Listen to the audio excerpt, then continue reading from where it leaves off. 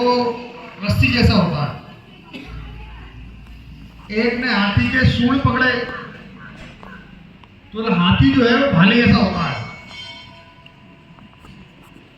एक ने हाथी के कान पकड़े, हाथी जो है वो पर्दे की तरह होता है, कुछ होता तो है।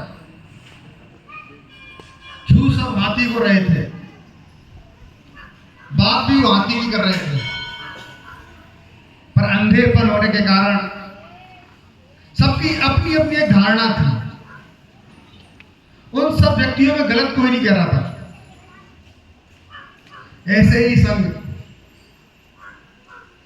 को अगर जानना है तो संघ में डूब के ही जाना जा सकता है। जैसे सागर की लहरें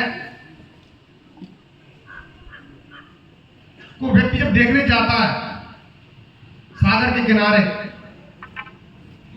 वो सागर के किनारे लौट के जब आता है कहता मैंने सागर देख लिया, किंतु ध्यान में आता है सागर जो है वो लहरों में नहीं, वो सागर की ऊपरी परत है। सागर को जाना जाता है सागर की गहराइयों में, जिस गहराई को आज तक कोई स्पर्श नहीं कर पाया। सागर को तभी जाना जा सकता है जब वो डूबा जाए। ऐसे ही संघ है।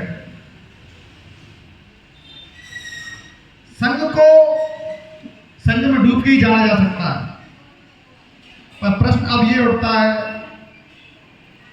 कि संघ कार्य करते ही क्यों है?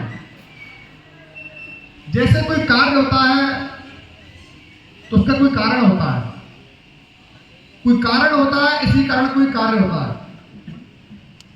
कार्य और कारण का सिद्धांत इस दुनिया में लागू है। ऐसी क्या कारण थे जो संघ कार्य को प्रारंभ करना पड़ा? कुछ तो ऐसे कारण होंगे। या तो हमको कारण समझ में आ जाए तो कार्य समझ में आ जाएगा, या कार्य समझ में आ जाए तो कारण समझ में आ जाएगा।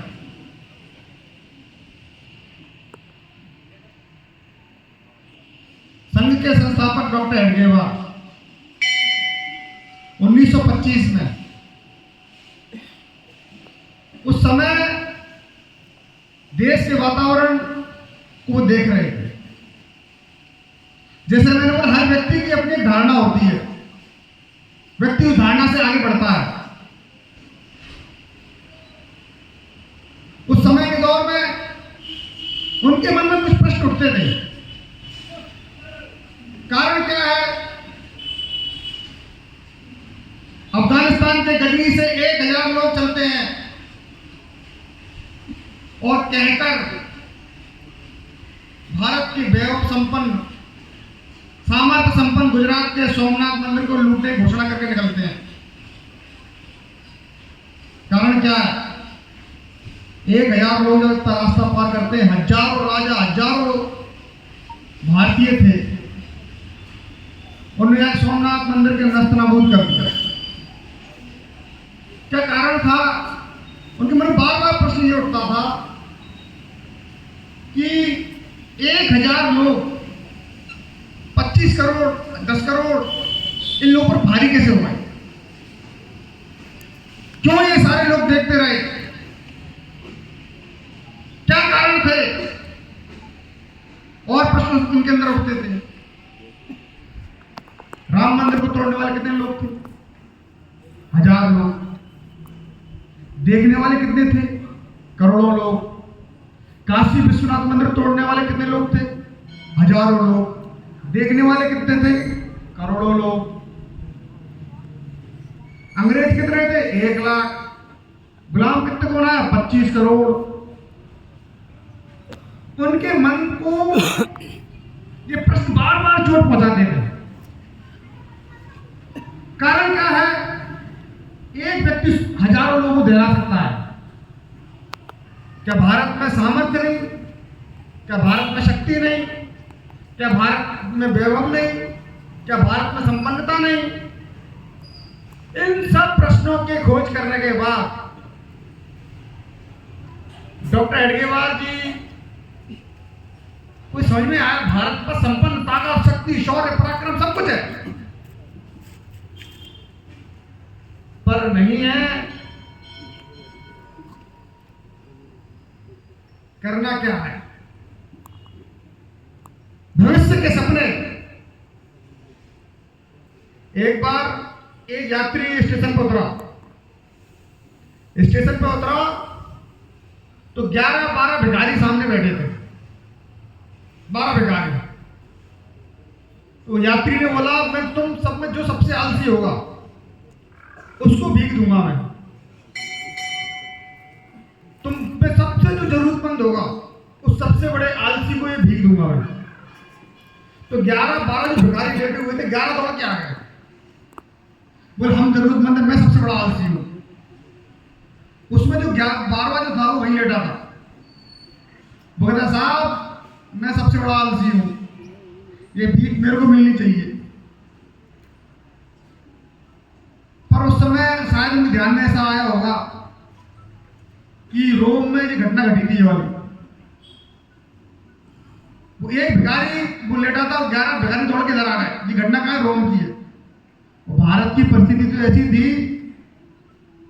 कि 11 भिखारी लेटे, बचे दौड़ के आए, मैं ही सबसे बड़ा आलसी। बाकी 11 पूरे आलसी थे। विदेशों के भिखारी इस प्रकार के आलसी थे, 12 में से 11 भिखारी आलसी, और भारत में 12 में से 11 भिखारी आलसी। वो यात्री कंफ्यूज हो गया भारत में, अब तो मुसीबत हो गई। विदेशों में तो एक को देना पड़ता नहीं, यहाँ तो 11 खड़े हैं, 11 सो रहा है, एक ही आया बस चलिए। डॉक्टर एडवर्ड स्मिथ देख रहे थे, इस देश में 1 लाख लोग 25 करोड़ गुलाम बना रहे हैं, और दीवारों पर लिख देते थे, dogs and Indians are not allowed in this talkies in park. सीटों पर लिख दिया जाता था। महात्मा गांधी को उठा के फेंक दिया था। आज उनकी पुण्यतिथि है, उनको महात्मा गांधी क्यों बने? मोहनदास करमचंद गांधी उनका नाम था। वो ऐसी सीट पर बैठ गए थे जिस सीट पर अंग्रेज बैठ सकते थे। अंग्रेजों ने उस सीट से बाहर निकाल दिया, ट्रेन से बाहर फेंक दिया। उस समय भारतीयों की हैसियत नहीं थी। सारे देश में ऐसा होता था, कई भारतीयों से ये घटनाएं घटती थी। मोहनदास करमचंद जी के साथ ये घटना घटी तो महात्मा गांधी बन गए। डैम हिंदू, काला हिंदू क्या कर अंग्रेज संबोधित किया करते थे भारतीयों को। ये टीस, ये पीड़ा, ये बेचैनी, डॉक्टर एडवर्ड ये सोचते थे होती क्यों नहीं सबके अंदर। ये आलसियों की तरह, ये उदासीनता, ये नपुंसकता, 1 लाख लोग 25 करोड़ लोग गुलाम बना रहे हैं। ये शक्ति, तो उन्होंने सोचा, उन्होंने बताया कि जो समस्या का मूल जो है, समस्या किसी भी समाज, किसी भी इकाई, समस्या जो मूल समस्या है वो एक होती है। मूल जो होता है वो एक ही होता है, जड़ एक ही होती है, पत्ते अलग अलग हो सकते हैं। इस देश की वो समस्या है, वो मूल समस्या है, वो है व्यक्ति। समस्या का केंद्र व्यक्ति है तो समाधान भी व्यक्ति है। ये व्यक्ति अपनी शक्ति को खो के बैठा है। ये व्यक्ति अपनी शक्ति को खो के बैठा है, इसलिए इसको दिखना बंद हो गया है। जब दिखना बंद हो जाता है तो अपमान दिखना भी बंद हो जाता है। इसलिए वो आसानी से देख लेता है। काशी विश्वनाथ के मंदिर तोड़ के वो मस्जिद बनी है, आराम से सहन कर लेता। क्यों? उसको दिखना बंद है, उसकी आत्मा जागी हुई नहीं है। जिसकी आत्मा जगती है उसको दिखता है, और आत्मा मरती है डर से। जैसे कई नौकरी पेशा लोगों को तुम देखोगे, इनके जीवन में डर, उदाहरण समझा रहा हूं, ये बस समझे, नौकरी वालों को कुछ कह रहा हूं। जो डर जो होता है ना, डर ही आत्मा मारती है। उस समय अंग्रेजों के डर के मारे हमारे युवा भगत सिंह भी डरे, उनकी आत्मा जागी, वो खड़े हुए, करतार सिंह सरावा खड़े हुए, उनकी आत्मा जाग गई, वो दिख गया। जिनकी आत्मा नहीं जगती उनको दिखना बंद हो जाता है, सुनाई देना बंद हो जाता है। जलियांवाला बाग हत्याकांड में वो करोड़ों क्रंदन, वो अत्याचारों की आवाज, वो सुन के भगत सिंह जाग गए। और लोगों ने भी सुनी थी उस समय, जलियांवाला बाग होता, बगल में ही कॉलोनी थी, वहां के लोग नहीं जागे, पर उस दृश्य को देखे भगत सिंह जाग गए, आत्मा जाग गई। तो डॉक्टर एडवाइज ने कहा व्यक्ति की आत्मा जगानी होगी, जो शक्ति उसके पास है। वो शक्ति इस प्रकार की खोई हुई है जैसे इस प्रकार एक सिंगनी थी, एक शेरनी थी, उसके दो बच्चे थे, शावक थे। वो एक बार खाई पार कर रही थी, खाई पार करते हुए एक शावक भेड़ों के झुंड में खो गया, एक शावक शेरनी के संग पला 12 साल तक। एक पुरुष जो शावक था भेड़ों के संग रहने लग गया, वो भेड़ों की तरह छलांग लगाता था, भेड़ों की तरह में आता था, भेड़ों की तरह दूध पीता था, भेड़ों की तरह घास खाने लग गया। 12 साल बाद जब वही शावक वो जंगल में गया, उसने देखा उसने भेड़ों का झुंड देखा, तो जो असली शेर था, जो शेरनी के साथ पला था, उसने हमला कर दिया। उसने देखा ये क्या मामला है, ये शेर घास खा रहा है, ये भेड़ के संग कैसे रह रहा है शेर। वो भेड़ों को भूल गया, उसने उस शेर को पकड़ा, उसने शेर से बोला देख तू भेड़े देंगे, तू शेर है शेर। अरे नहीं मैं भेड़ हूं। नहीं तू शेर है। अरे नहीं मैं भेड़ हूं। देखो मैं भेड़ की तरह में आता हूं। उस शेर की वो गर्दन पकड़ता है, वो असली शेर, वो तालाब के किनारे ले आता है और दिखाता देख तेरा चेहरा और मेरा चेहरा एक जैसा है, तू भी शेर है और मैं भी शेर हूं, देख कर मेरी ना मेरी तरह, खींच अपने आंखों और दाड़। जैसे ही वो सिंह जो भेड़ों से पड़ा था, जैसे ही अपने नाखून खींच के दाड़ता है, तो वैसे उससे दुगनी आवाज दाड़ता है, बोले से डर जाता है।